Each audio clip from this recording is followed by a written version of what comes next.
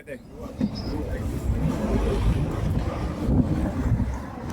right. I almost forgot to when I was on the bus over here. The second bus that I take. They had a homeless dude on there. He came on the bus, and what they do is that again, how they try to avoid detection. you know, you remember the aggressive persuasion program, and these are some of the tactics that they use, and they will always use it. And when you expose it, they will engage in masking. They target it, but they'll always target you. They just go into a different mode, into a more subtle mode. So they waited until the bus went to, I think we did the next stop or the stop after that, and the homeless guy came out. I'm like, what the hell is y'all smelling like that? So I look up and there's a homeless dude. You know what I'm saying? Young dude too. Like I said, he didn't look all dusty and dirty, but he smelled. So when I talk about at times how they will dress up homeless people in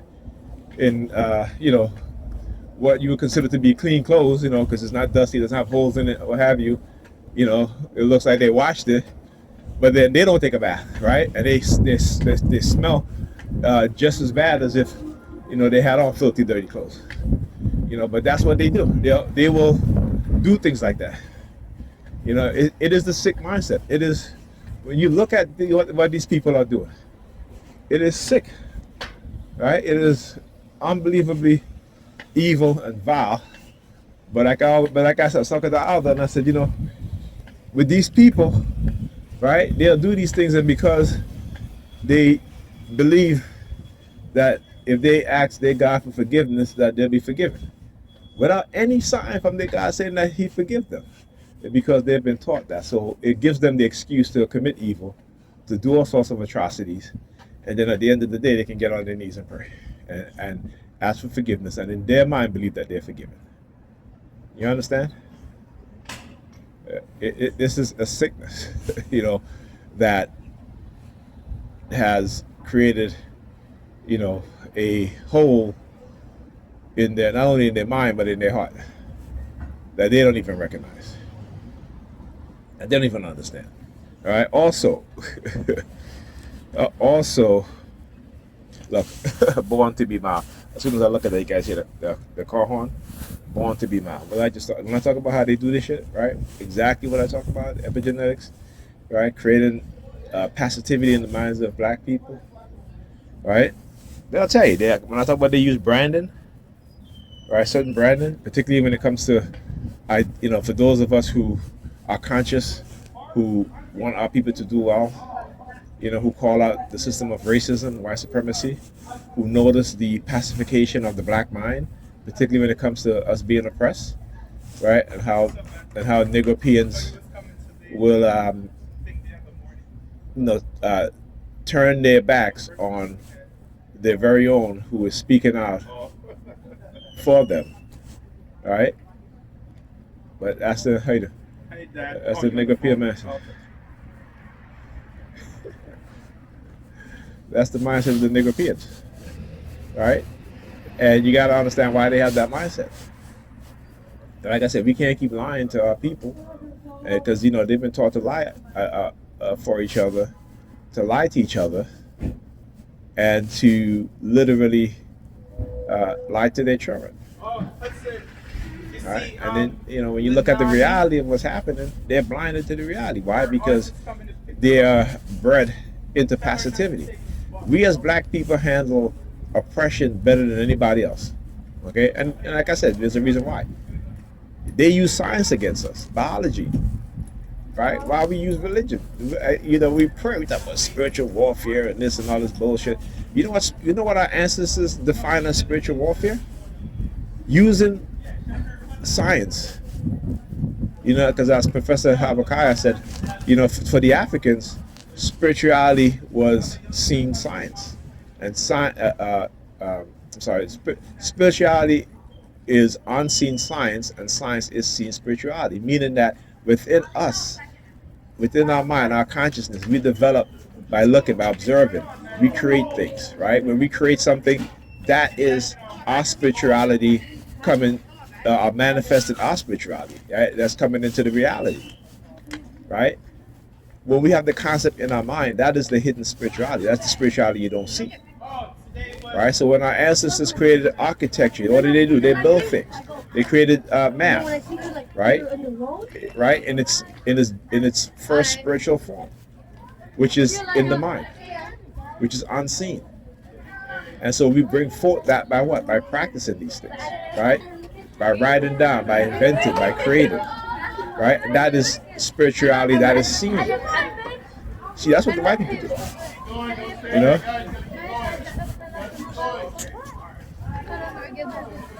And you let this kid walk out of here like that? Like, seriously?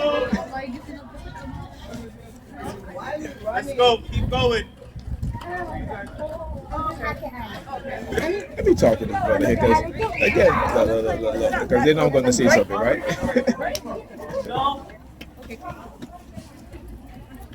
My brother, I just saw a student walk out of here with just a T-shirt and his jacket. You gotta tell him something, man. Oh, I fight with him. You gotta tell them something. It's you, the educator. You know, these are children, right? When their parents send them to school, they're in your care. But because they go home and they get sick, right? You know, they go home. See if she could get her here early, please. I don't bring her to school. Her mother do. So Yeah, I just pick up. Oh wow. Right? She comes to school so late. Yeah, I know. That's the mom. She's missing like listen. 2 periods. I know. I brought her to school last week. She was early. Wow. She got to school exactly at 5. All right, I follow Speak to the mom. I will. Right? That's that. You know. Put on your jacket. Yeah, they're going to get sick. For what? For what? See? Hey, Kiana. Yeah, go inside. I'm going down. Go inside and put on your sweater. All right. I'm going to And come back. Go. Go inside. Go inside and put on your sweater. Come on. Gotta go. Go inside and put on your sweater and come back, okay? Hurry up. Let's go. Let's check. I tell you. See, my daughter. I saw my daughter. She's not dressed properly. What I do? I bought a sweater so she could. Yeah, because parents, particularly parents. Mia, it's cold. Put your jacket on. We're not teaching our children that you got to dress appropriate for the weather, even though they're young. When they get sick. All right, my friend, you know. Looking at the side. I already exposed them. Yeah, the sirens down. Yeah, I already exposed them. Negroes, meek and mild. They're never gonna wake up. Guys, I need you to clear the perimeter. They're never gonna wake up. That's why we're always in a sleep. Bob Marley said, "Wake up from your sleepless slumber." Right? That's what Bob Marley said. He says, "Wake up from your sleepless slumber." Right? Gotta go. Put your jacket on. Where's your jacket? While we ignore the reality. Right? While we ignore the reality. But we can't ignore it any longer because these white supremacists, they got their plans. While we in the church praying, they're planning. Right?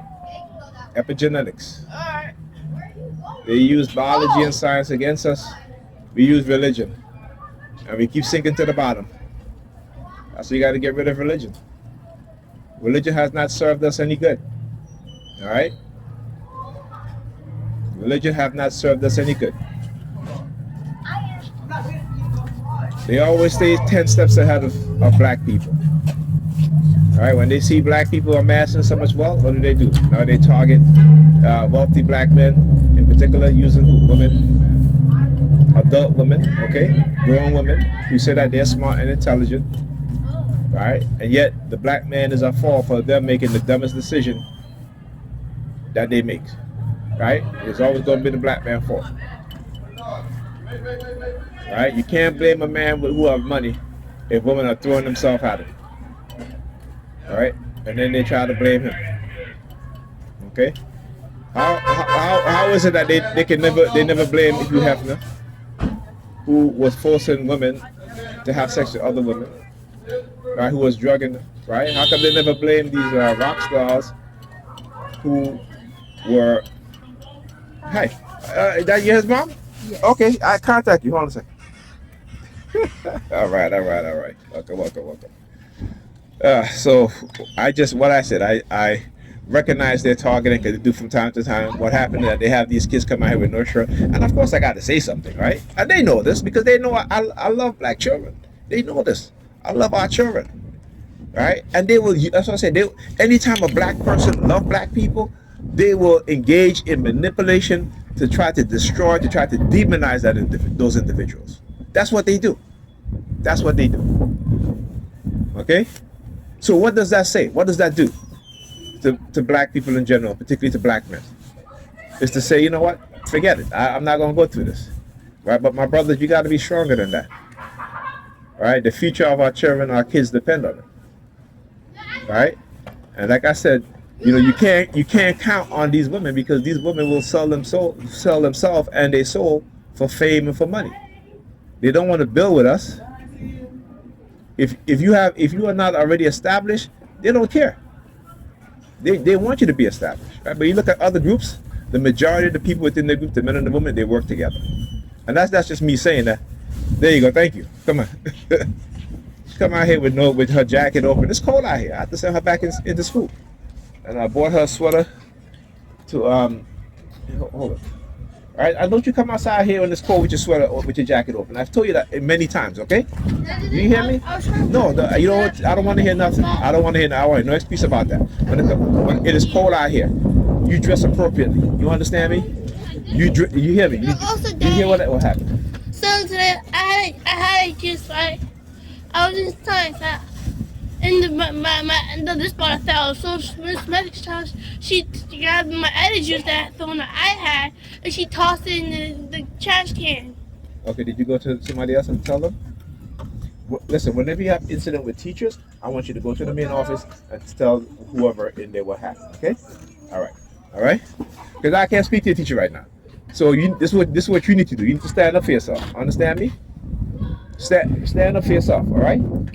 If you have an issue with teachers, if teachers are picking on you, then what you need to do is go to the main office and tell somebody in the main office what happened. All right. And then when you tell me, then I can call the school the next day to talk about the issue. Okay.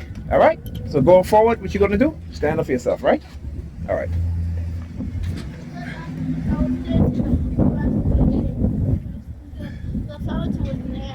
Okay. Well, I think you take.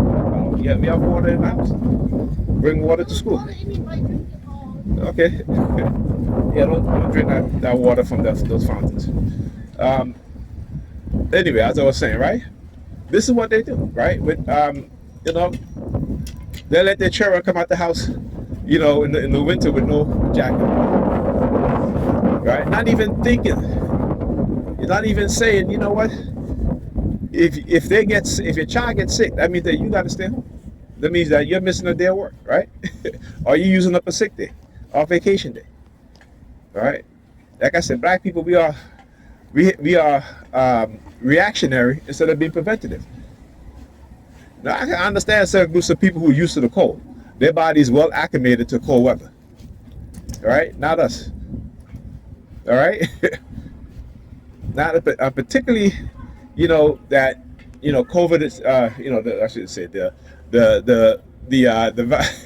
virus that shall not be named, right? The one that caused the pandemic, right? That's still going on, And come on, if you're gonna wear that jacket, you need to wear a sweater underneath it, right? Not just your shirt, okay? You got to think. You got to be smart, all right? But that's what they'll do. And I talk about how they will engage in this sort of psychological manipulation. And then the woman who I had called her. Alyssa was donating the computer to her son. I saw her. She literally, I saw her. And come on. And so, you know, when she saw me, and she's talking to me, CAK 9325. Let's go this way. All right, number 32. All right, the synchronization. All right, and so she's talking to me. And like I said, I know they use her, you know, but like I said, I understand the Negropean mindset. And in the past, I wouldn't even be bothered, but I understand what it is that they're trying to do. And, you know, in order to overcome certain things, you know, you need to recognize. Hold on a second. Oh, it's nice. All right. You need to recognize and understand the reason why they're doing it. All right. It's either to deter you from helping your people, which is why you see most wealthy black people don't help black people because they have no social responsibility. They're being manipulated. Right? When you look at the Jeffrey Epstein situation, where you have Mossad, the FBI, these people, they all engage in blackmail. They all engage in blackmail to silence people, right? This is from the highest level, right, even down to your local predator law enforcement, as well as within the churches. These are these groups. This is what they're doing. Right? So it makes you not want to do anything good for black people because they've turned them against you and they turn you off of your own people. Right? I understand what it is. You know, I always talk about how at times, you know, they try to get me to hate black women and they'll bombard me with white women. Like, I always see white women walk and smile at me. You know, like I'm supposed to approach them. No, thank you. I know, listen, as a black man who understands what's happening to black people, okay, I would never date any other group of women.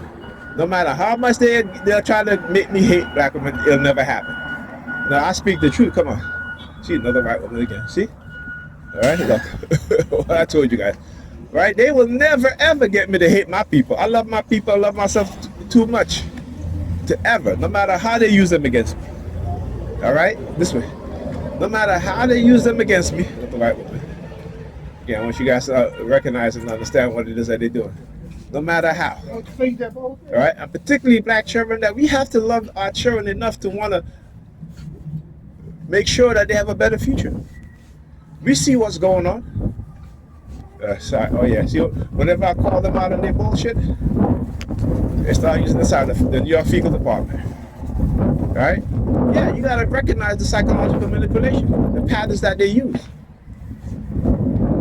Like I said, this is why wealthy black people don't do anything for black, because they have no social responsibility. Because they have turned black people against them. And have turned them against black people. Remember, this is what I always say. The people, those who have the means, right, and don't have the will, they keep them in the position that they're in. Those who have the means and don't have the means, but have the will, they will never allow them to ascend within the society. They will never allow them to become wealthy. It won't happen. It will not happen.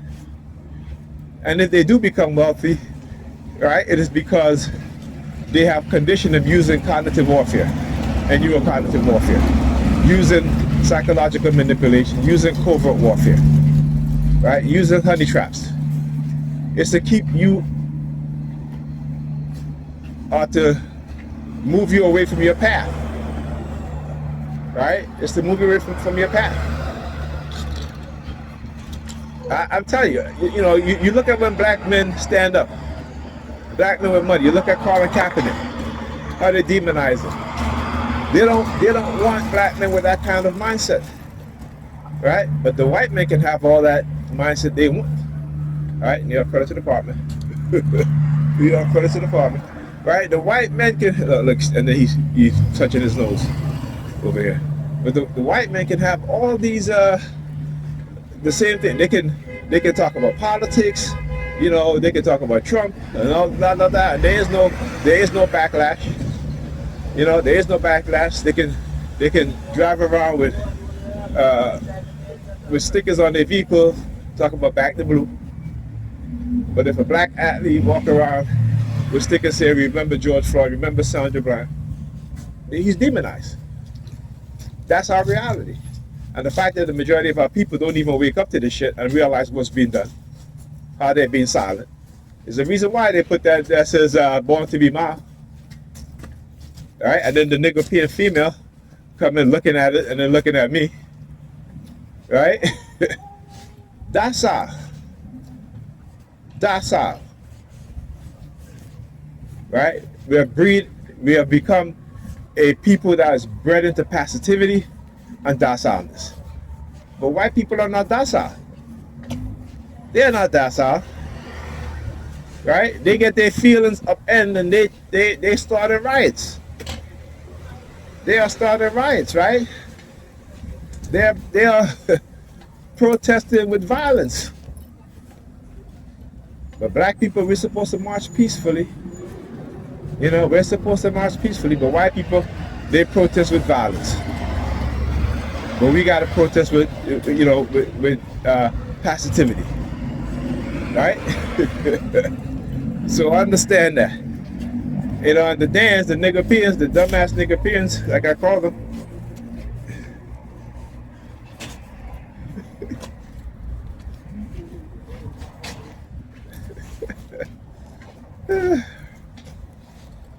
You know, it's incredible, man. When you really wake up to our reality, you see how our people is being treated, the way how they treat each other, you know, what it is that they do, without understanding that every single day, right, a leader is born and that they will help to destroy that person.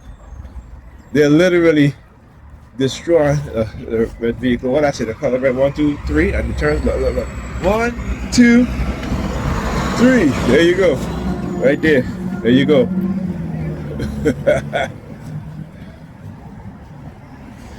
All right, that's, you know, that's what's happening, and we fail to recognize and understand it. But like I said, they will be like, oh, well, you know, these black radicals. First of all, we're not radicals. White people are radical.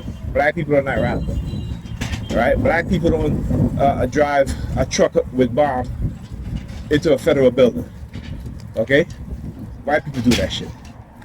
Black people don't rent a hotel room and start shooting people at a concert.